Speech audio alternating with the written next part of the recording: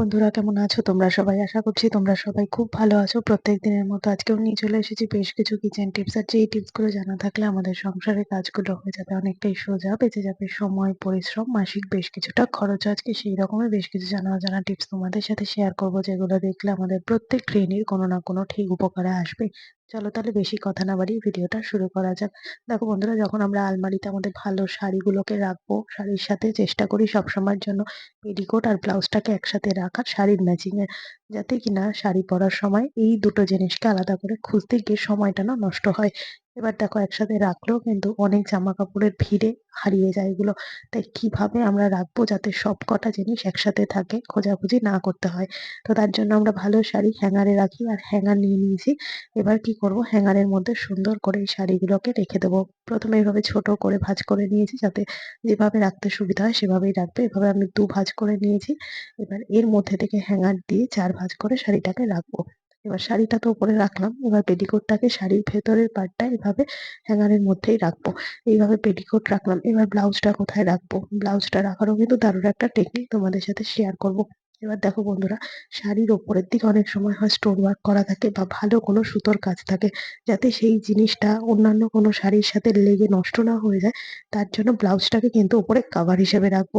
তো কি করব, এই ব্লাউজটাকে এরকম ভাবে প্রথমে পেতে নেবো। তোমরা চাইলে উল্টো করেও কিন্তু পেতে নিতে পারো।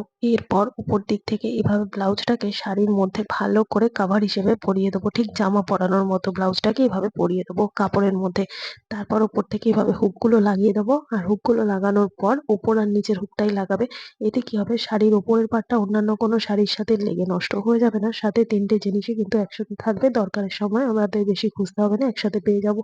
আর উপরে দুটো ক্লথ ক্লিপ দিয়ে আটকে দিচ্ছি, যাতে হ্যাঙ্গারের সাথে খুব সুন্দর মতো তিনটে জিনিস ফিক্সড হয়ে থাকে। এবার এইরকম ভাবে যদি আমরা হ্যাঙ্গারটাকে হ্যাঙ্গিং করে রাখি আলমারির ভেতর, তাহলে কিন্তু তিনটে জিনিস একসাথেই পাচ্ছি, সাথে সব কটা জিনিস কিন্তু আমাদের ভালো সেফটি মতো থাকছে। আশা করছি টিপসটা কাজে দেবে। দেখে নাও পরের টিপস। আমরা প্রত্যেক মহিলারাই কিন্তু লিপস্টিক পরতে ভীষণই পছন্দ করি, কিন্তু খেয়াল করে দেখবে লিপস্টিক যখন আমরা পরি না, তখন খুব সহজেই কিন্তু লিপস্টিকটা উঠে যায়। ধরো লিপস্টিকটা পরা অবস্থায় কোনো কিছু খেলাম, তাতে কিন্তু খুব সহজেই লিপস্টিকটা পুরো ইরেজ হয়ে যায়, মুছে যায়। কিভাবে এই লিপস্টিকটাকে লং লাস্টিং করবো? আর একটুখানি যদি কোনোভাবে উঠে যায়, তাহলে কিন্তু পুরোটাই উঠে যায়। সেক্ষেত্রে অনেকটা সময় পর্যন্ত লং লাস্টিং করার জন্য একটা দারুণ টিপস তোমাদের সাথে শেয়ার করব। এইভাবে কিন্তু লিপস্টিক পরলে পরে একেবারেই ঘেটে যাবে না। তো দেখো, পুরোটাই কিন্তু ঘেটে গেল। তার জন্য এখানে নিয়ে নিয়েছি আমি পাউডার। ঘরে থাকা যে কোনো ধরনের পাউডার এক্ষেত্রে ব্যবহার করতে পারো। তো একটুখানি পাউডার এরকম ভাবে হাতের মধ্যে নিয়ে নিলাম, আর একটুখানি লিপস্টিক এইভাবে আমরা লাগিয়ে নেবো।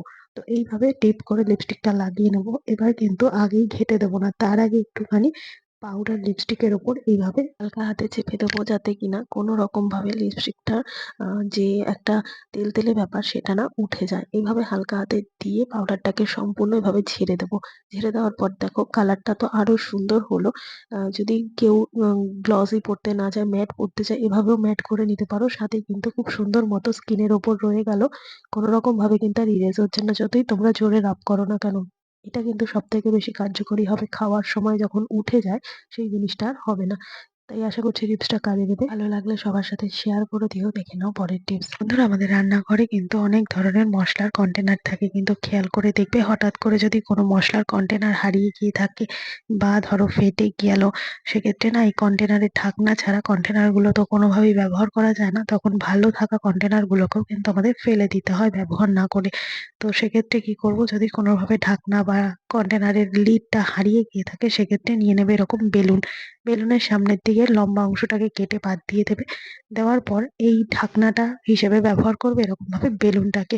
এরকম ভাবে বেলুনের মুখটাকে ফাঁক করে নিয়ে এইভাবে কন্টেনারের মাথার দিকটা এভাবে টাইট করে আটকে দেবে।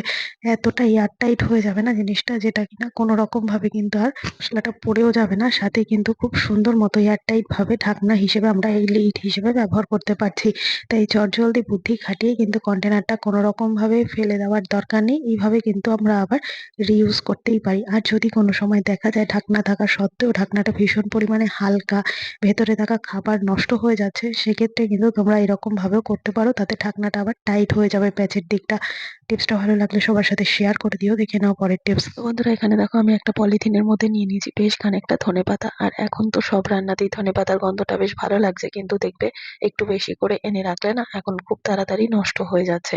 কেননা এখন সমস্ত শাকসবজি এনে একেবারেই স্টোর করে রাখা যায় না, যেহেতু শিশির পড়ে না, সমস্ত শাকসবজিতে একটা ভিজে ভিজে ভাব থাকে, তাই খুব তাড়াতাড়ি কিন্তু নষ্ট হয়ে যায়। তাই এই সমস্ত শাকসবজিগুলো বা ধনেপাতা যদি আমরা সংরক্ষণ করতে চাই, তাহলে কি করব, প্রথমে গোড়ার দিকের অংশটাকে প্রথমে বাদ দিয়ে দেবো, কেননা তার মধ্যে কাদামাটি থাকে, আরো তাড়াতাড়ি নষ্ট হয়ে যাবে। এবার শুধু পাতাগুলোকে এরকম ভাবে যখন একটা পলিথিন বা কন্টেনারের মধ্যে রাখবো, তার মধ্যে দিয়ে দেবো 2-3টে টুথপিক। যেহেতু টুথপিকটা কাঠের হয়, তাই এর মধ্যে থাকা সমস্ত জলীয় ভাবটাকে কিন্তু অ্যাবসর্ব করে নিতে পারে এই টুথপিক। আর এই মানে পাতাগুলোকে খুব তাড়াতাড়ি কিন্তু ড্রাই করে দেয়, মানে ময়েশ্চার ভাবটাকে টেনে নেয় আর খুব শুকনো রেখে দেয়, যাতে অনেকদিন পর্যন্ত আমরা স্টোর করতে পারি। এভাবে যদি রাখো, সেক্ষেত্রে অনেকদিন পর্যন্ত ভালো রাখা সম্ভব হবে। টিপসটা ভালো লাগলে লাইক করে দিও, সবার সাথে শেয়ার করে দিও। দেখে নাও পরের টিপস। বন্ধুরা, আমাদের ঘরে যদি কোনো রকম ভাবে কাঠের দরজা বা জানলা থাকে, সেগুলো না সিজন চেঞ্জের সময় অনেক সময় লক্ষ্য করে দেখবে ভীষণ পরিমাণে আওয়াজ হয় দরজাটা খোলা বন্ধ করতে গেলে। তখন এই আওয়াজটাকে কিন্তু আমরা কোনো রকম ভাবেই ঠিকঠাক করতে পারি না। অনেক সময় কাঠ বেড়ে যায়, সেক্ষেত্রেও কিন্তু এরকম সমস্যা হয়। তো এই আওয়াজটা কিন্তু শুনতে ভীষণই বাজে লাগে। আর যেহেতু এই কাঠের জয়েন্ট গুলো রয়েছে, এই জয়েন্টের মধ্যেখান থেকেই কিন্তু এই বাজে আওয়াজটা এরকম ভাবে হতে থাকে। কিভাবে ঘরে বসে এগুলোকে রিপেয়ার করে নিতে পারবো, কোনো রকম লোক ডেকে এগুলোকে ঠিক করার দরকার পড়বে না। তার জন্য এখানে নিয়ে নিয়েছি আমি মোম।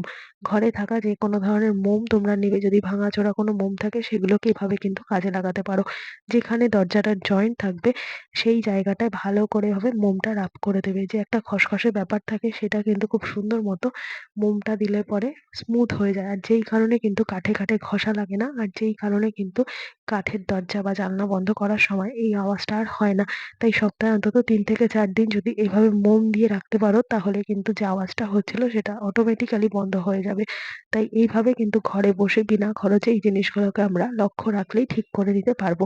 টিপসটা ভালো লাগলে একটা লাইক করে দিও। দেখে নাও পরের টিপস। ধর, আমাদের বাড়িতে কিন্তু অনেক ধরনের এরকম ট্রাউজার বা জিন্সের প্যান্ট পরেই থাকে, যেগুলো কিনা হয়তো ছোট হয়ে গেছে বা ছিঁড়ে গেছে বা হয়তো নষ্ট হয়ে গেছে। সেই ধরনের বেশ কিছু প্যান্ট যদি ঘরের কোনায় পড়ে থাকে আর সেটা যদি ওয়েস্টেজ বলে মনে হয়, তাহলে আর কোনো রকম ওয়েস্টেজ রাখার চিন্তা ভাবনাই করবে না। এটা দিয়ে দারুণ একটা কাজের জিনিস বানিয়ে নিতে পারো। তার জন্য এখানে আমি জিন্সের প্যান্ট নিয়েছি, তোমরা চাইলে কিন্তু ট্রাউজার প্যান্টও নিতে পারো। এবার এই জিন্সের প্যান্টটাকে এইভাবে সমান করে পেতে দিয়ে পায়ের দিক থেকে দুটো ফোল্ড করে এরকম ওপর অব্দি নিয়ে এসেছি ভাঁজ করে। আর ছোট যে ফোল্ডটা করেছিলাম পায়ের দিকে, সেটাকে এইভাবে কোমরের কাছে যে রাবারটা থাকে তার ভিতর দিকে এইভাবে ঢুকিয়ে দেবো। এবার এটাকে ফিক্সড করার জন্য তোমরা চাইলে সেলাই করতে পারো, কিন্তু দেখো সবার কাছে তো সেলাইয়ের সবকিছু অ্যাভেলেবেল থাকে না, বা ধরো সবাই সেলাই করতে পারেও না। তার জন্য একটা দুটো সেফটি পিন দিয়ে এইভাবে পাটাকে কোমরের সাথে জোড়া লাগিয়ে দেবে, যাতে কোনোভাবে খুলে না আসে। এটা কিন্তু দারুণ একটা কাজের জিনিস বন্ধুরা। যতক্ষণ না তোমরা এটাকে না বানিয়ে ঘরে ব্যবহার করবে, ততক্ষণ বুঝতে পারবে না এটা কতটা কাজের হেল্পফুল হবে।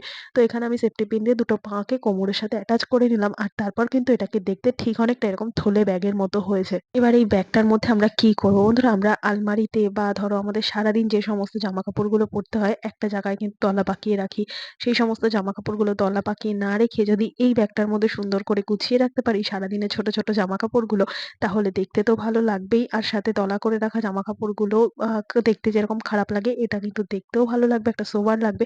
এছাড়াও ধরো শীতকালের বেশ কিছু জামা কাপড় যেটা কিনা সারা বছর আমাদের লাগে না, কোথায় রাখবো, কিভাবে রাখবো, আলমারিতে বেশি জায়গা না থাকলে সেই চিন্তা কিন্তু থাকে। তাই এইভাবে যদি বেশ কিছু ব্যাগ আমরা পুরোনো প্যান্ট দিয়ে বানিয়ে এর ভেতর এক্সট্রা জামা কাপড়গুলো ভরে তারপর আমরা রাখতে পারি, সেক্ষেত্রে ধুলো ময়লাও পড়বে না, সাথে সুন্দর মতো জামা কাপড়গুলো আমরা রাখতে পারবো। আর এই প্যান্টটা কিন্তু একটা ব্যাগের মতো কাজ করবে। এই ঘরে পড়ে থাকা পুরোনো প্যান্টগুলোকে এভাবে যদি আমরা রিউজ করতে পারি, কোথাও গিয়ে আমাদের অনেকটাই সুবিধা হবে। আশা করছি আজকের সমস্ত টিপস কাজে দেবে।